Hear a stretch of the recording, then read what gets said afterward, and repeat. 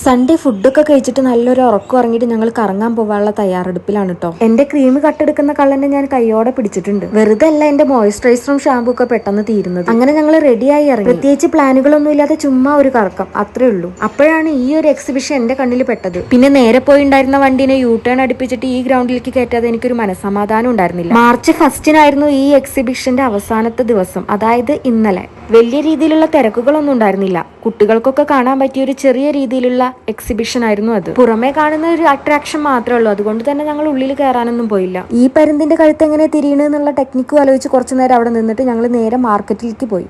ഇതാണ് എലങ്ക മാർക്കറ്റ്. നമ്മുടെ സ്വന്തം രംഗണ്ണന്റെ എലങ്ക. അതോടെ ഷൂട്ട് ചെയ്തതൊന്നല്ല കേട്ടോ. രാത്രി ആയതുകൊണ്ട് തന്നെ ഒരുവിധം കച്ചവടമൊക്കെ കഴിഞ്ഞിട്ടുണ്ടായിരുന്നു. അവസാന നിമിഷം ആയതുകൊണ്ട് എല്ലാത്തിനും ചെറിയൊരു വിലക്കുറവും ഉണ്ടായിരുന്നു. അങ്ങനെ കുറച്ച് പച്ചക്കറികളൊക്കെ വാങ്ങി. പിന്നെ റംസാൻ മാസം ആയതുകൊണ്ട് പഴങ്ങളുടെ വില അറിയാലോ. അതുകൊണ്ട് തണ്ണിമത്തനിൽ കാര്യങ്ങളൊക്കെ ഒതുക്കി. ഇനി ഇതാണ് മാർക്കറ്റിന്റെ behind the scene. What a beautiful place. അങ്ങനെ സാധനങ്ങളും വാങ്ങിയിട്ട് ഹൈദരാബാദിൽ നിന്ന് വരുന്ന ട്രെയിനൊക്കെ കണ്ടിട്ട് ഞങ്ങൾ നേരെ വീട്ടിലേക്ക് പോയി. അപ്പൊ അത്രേ ഉള്ളൂ. ടാറ്റാ.